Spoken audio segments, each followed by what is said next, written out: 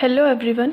EMT के previous video में हमने transient behaviour of RC circuit को पढ़ना स्टार्ट किया था। आरसी परिपथ का क्षणिक व्यवहार, उसके अंदर हमने पार्ट 1 के अंदर फर्स्ट टॉपिक कंप्लीट कर लिया था, जो था चार्जिंग ऑफ अ कंडेंसर या फिर संधारित्र का आवेशन।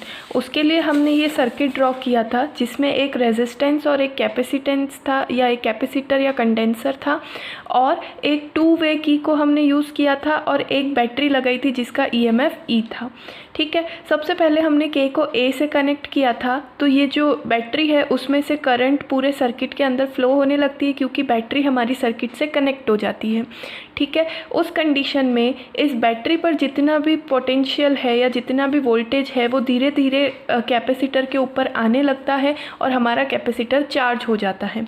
ये तब तक चलता रहता है जब तक इसका पूरा का पूरा वोल्टेज इस कैपेसिटर के ऊपर ना आ जाए। ठीक है, और उस कंडीशन में हमारी करंट ज़ीरो हो जाती है और कैपेसिटर पर चार्ज जो है वो अपनी मैक्सिमम वैल्यू क्यू नॉट को अटेन कर लेता है। जब ये कैपेसिटर पूरी तरह से चार्ज हो जाता है तब सर्किट में कोई भी करंट फ्लो नहीं होती है। उस कंडीशन में हम क्या करें कि इस के को ए से हटा करके बी में कनेक्ट कर दे।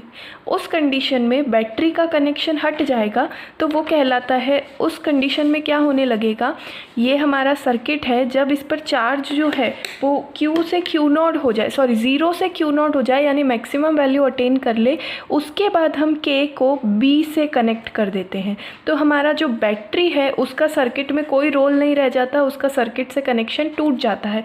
अब हमारा सर्किट सिर्फ इतना सा बचता है। इसके अंदर एक कैपेसिटर है और एक रेजिस्टेंस है। तो जैसे ही बैटरी इस सोर्स पर इस सर्किट में से हट जाती है तो कैपेसिटर पर जितना भी चार्ज स्टोर्ड होता है धीरे धीरे वो वापस से उसके अंदर से निकलने लगता है। और जब ये चार्ज यहाँ से रेजिस्टेंस से होकर के फ़्लो होता है तो हमारी यहाँ पर एक करंट फ़्लो होती है। ठीक है, अपोजिट डायरेक्शन में। पहले यहाँ प्लस से माइनस की तरफ करंट फ़्लो हो रही थी, लेकिन जैसे ही हमने बैटरी को डिस्कनेक्ट कर दिया तो कैपेसिटर का चार्ज जो है वो रेजिस्टेंस से होकर के फ़्लो होने लगता है और अपोजिट डायरेक्शन में यहाँ हमें एक करंट मिलती है। इस तरह से इस पर जो मैक्सिमम चार्ज था क्यू नॉट वो धीरे धीरे वापस से ज़ीरो होने लगता है, और इस कंडीशन को हम कहते हैं डिस्चार्जिंग ऑफ अ कंडेंसर या संधारित्र का अनावेशन। ठीक है, तो हमने जो चार्जिंग ऑफ कंडेंसर पढ़ा था उसके अंदर हमने एक इक्वेशन बनाई थी, E = IR + Q/C। तो मैं इस इक्वेशन को यहाँ पर लिख लेती हूँ, E = IR + Q/C। लेकिन हमने यहाँ पर बैटरी को डिस्कनेक्ट कर दिया है सर्किट के अंदर से। इसका मतलब ये है कि इस कंडीशन के अंदर हमारा E जो होगा वो 0 के बराबर होगा। अगर इस इक्वेशन में मैं E को 0 कर दूँ तो मुझे मिलेगा IR + Q/C। और हम जानते हैं कि I = हमारा होता है dQ/dt। यहाँ पर I की वैल्यू को सब्सटीट्यूट करेंगे तो हमें मिलेगा dQ/dt × R + Q/C। अब मैं क्या करूँ, एक टर्म को नेगेटिव में ले जाऊँ तो मुझे मिलेगा dQ/dt × R = -Q/C। अब इस इक्वेशन को मुझे थोड़ा सा रीअरेंज करना है, Q वाली टर्म्स एक तरफ, बाकी सब एक तरफ। तो जब मैं इसको अरेंज करूँगी तो dQ/Q = -1/C यहाँ ऑलरेडी है, R भी जब इधर आ जाएगा तो 1/RC हो जाएगा, और dt यहाँ मल्टीप्लाई में चला जाएगा। तो ये हो गई मेरी इक्वेशन नंबर 1। अब हमें इस इक्वेशन को इंटीग्रेट करके चार्ज की वैल्यू को कैलकुलेट करना है। अब हम इस इक्वेशन को इंटीग्रेट करेंगे। Integration of dQ/Q -1/RC constant है, और यहाँ हो जाएगा इंटीग्रेशन ऑफ dt। dQ/Q का इंटीग्रेशन होगा log Q, और यहाँ पर आएगा नेचुरल लॉग, तो log base E × EQ = -1/RC as it is, और dt का इंटीग्रेशन हो जाएगा t, और एक कोई भी इंटीग्रेशन कांस्टेंट आप यहाँ पर लिख लीजिए, मैंने लिख लिया है b। अब हमारा नेक्स्ट स्टेप होता है to find the value of integration constant. तो इस इंटीग्रेशन कांस्टेंट की वैल्यू को निकालने के लिए हमें एक कंडीशन लगानी पड़ती है। तो हम कंडीशन लगाते हैं इनिशियली।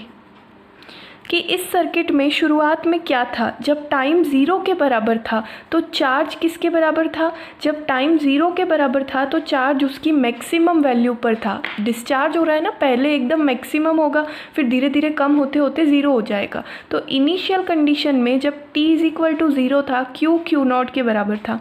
इस कंडीशन को यहाँ अप्लाई करने पर q की जगह हम लिखेंगे q0, t हो जाएगा 0 और ये हो गया b। इस b की वैल्यू को इक्वेशन नंबर 2 में रख देंगे तो हमें मिलेगा log q - t/RC plus log q0। अब हमें इस log को इधर साइड करना है, माइनस में आ जाएगा, और जब ये माइनस में आ जाएगा log q0 - t/RC, तो ये दोनों डिवाइड हो जाएंगे log का फॉर्मूला यूज़ करके, q/q0 - t/RC। अब हमें क्या करना है, टेकिंग एंटी लॉग। अब हमें इक्वेशन का एंटी लॉग ले लेंगे तो यहाँ बचेगा q/q0 e⁻ -t/RC। यहाँ से मुझे q की वैल्यू मिलेगी q0 e⁻t/RC। ये है हमारी चार्ज के लिए फाइनल इक्वेशन, यानी equation of q while discharging the condenser. जब हम उसका अन्वेषण करेंगे तो यहाँ से हमें साफ पता चलता है when t tends to infinite, e⁻∞ tends to 0, और 0 को जब q0 से मल्टीप्लाई करेंगे तो q की वैल्यू भी मिलेगी 0, यानी q भी धीरे धीरे क्या होने लगेगा, कम होने लगेगा। तो यहाँ से हमें पता चलता है एक्सपोनेंशियल डिक्रीज इन चार्ज, कि चार्ज के अंदर क्या होता है, एक्सपोनेंशियल डिक्रीमेंट होता है। अगर मैं इसका ग्राफ ड्रॉ करूं तो इसका जो ग्राफ मुझे मिलता है वो कुछ इस तरह से मिलता है कि टाइम के साथ साथ चार्ज जो है वो अपनी मैक्सिमम वैल्यू से 0 तक जाता है। ठीक है, तो ये तो हो गया हमारी equation for discharging of condenser. अब हमारा नेक्स्ट पॉइंट है टाइम कांस्टेंट। तो टाइम कांस्टेंट निकालने का तरीका मैं बहुत बार बता चुकी हूँ। हमें e की पावर को 1 करना होता है। तो इस इक्वेशन में e की पावर 1 कब हो जाएगी, व्हेन t = RC। t की जगह हम RC लिखेंगे तो q = q0 e की पावर -1, यानी q = 0.37 q0। तो इस टाइम कांस्टेंट का फॉर्मूला, ये डेफिनेशन क्या हो जाएगी, इसको हम इस तरह से डिफाइन करेंगे, when the charge remains 37% of its maximum value, कि अपने अधिकतम मान का जब 37% रह जाता है हमारा चार्ज, उस टाइम पीरियड को हम क्या कहते हैं, टाइम कांस्टेंट। उस समयांतराल को हम कहते हैं टाइम कांस्टेंट, जिसे हम टाउ से रिप्रेजेंट करते हैं। तो आरसी सर्किट के लिए टाइम कांस्टेंट या टाउ की वैल्यू होती है R/C। ठीक है, ये हो गया हमारा टाइम कांस्टेंट। दूसरी इंटरेस्टिंग बात जो मैंने कल भी बताई थी कि चाहे हम कंडेंसर को चार्ज करें या चाहे हम डिस्चार्ज करें, पहले करंट की वैल्यू मैक्सिमम होती है और फिर धीरे धीरे वो करंट की वैल्यू डिक्रीज़ हो जाती है। क्योंकि जब हम चार्ज कर रहे हैं तो पहले पोटेंशियल डिफरेंस ज़्यादा था, फिर धीरे धीरे दोनों का पोटेंशियल इक्वल होता जाता है तो करंट की वैल्यू घटती जाती है। डिस्चार्जिंग के टाइम ऐसा क्यों होता है, पहले इसके पास चार्ज मैक्सिमम है तो वो ज़्यादा से ज़्यादा करंट को फ्लो कराएगा, धीरे धीरे इसकी खुद की कैपेसिटी ख़त्म होती जाती है और इस तरह से हमारी करंट की वैल्यू भी सर्किट के अंदर कम होती जाती है। तो इसके अंदर जो सेकंड पॉइंट आएगा वो होगा डीके ऑफ करंट, यानी धारा का क्षय। तो चाहे हमारा कंडेंसर चार्ज हो या चाहे हम उसको डिस्चार्ज करें, करंट जो है वो धीरे धीरे कम होता है। तो डीके ऑफ करंट को चेक करने के लिए हमें पता है I = होता है dq/dt। यहाँ पर हम Q की वैल्यू सब्सटीट्यूट करेंगे। अभी हम जो Q की वैल्यू निकाली है उसको इस वाली इक्वेशन के अंदर जब मैं अप्लाई करूँगी तो मुझे मिलेगा I = d/dt of Q0 e⁻ t/RC। Q0 constant है तो वो एज इट इज़ बाहर आ जाएगा। अब मुझे इस टर्म का डिफरेंशिएशन करना है। तो एक्सपोनेंशियल का differentiation as it is exponential बाहर आ जाएगा, और जब मैं इसकी पावर को डिफरेंशिएट करूँगी तो t का डिफरेंशिएशन हो जाएगा 1 माइनस एज इट इज़ बचेगा, और आर सी कॉन्स्टेंट है वो नीचे आ जाएगा, तो -1/RC। तो इस चीज़ को मैं ऐसे लिख सकती हूँ, I is equal to negative of Q0/RC e⁻t/RC।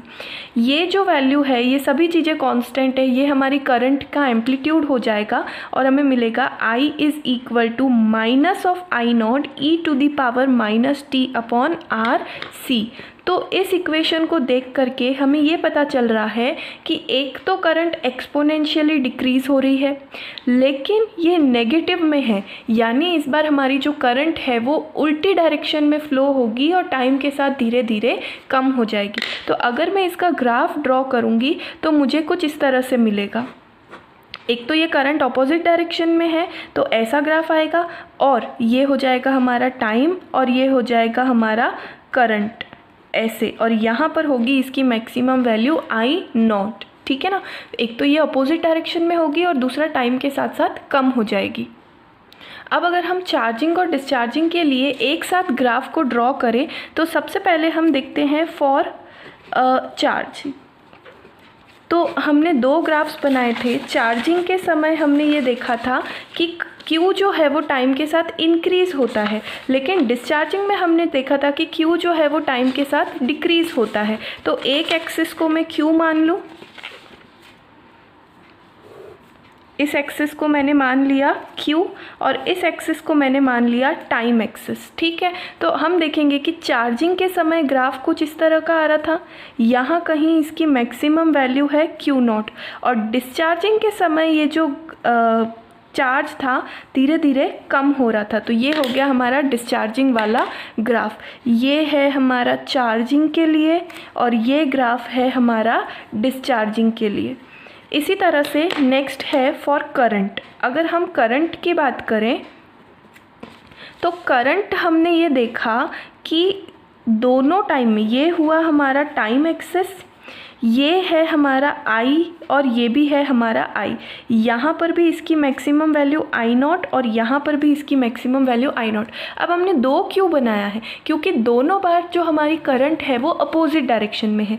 पहले भी करंट एक डायरेक्शन में चलते हुए कम हो रही है, और दूसरी बार भी करंट कम तो हो रही है लेकिन वो दूसरी डायरेक्शन में फ़्लो हो रही है, अपोजिट डायरेक्शन में। तो करंट का ग्राफ हमारा कुछ इस तरह से हो जाएगा, ये हो जाएगा चार्जिंग के लिए और ये हो जाएगा डिस्चार्जिंग के लिए। और टाइम कांस्टेंट की वैल्यू जो होती है इस वाले सर्किट के लिए वो होती है R/C के बराबर। तो इसी के साथ हमारा charging and discharging of condenser या फिर transient behaviour of RC circuit वाला टॉपिक ख़त्म होता है। I hope you understand.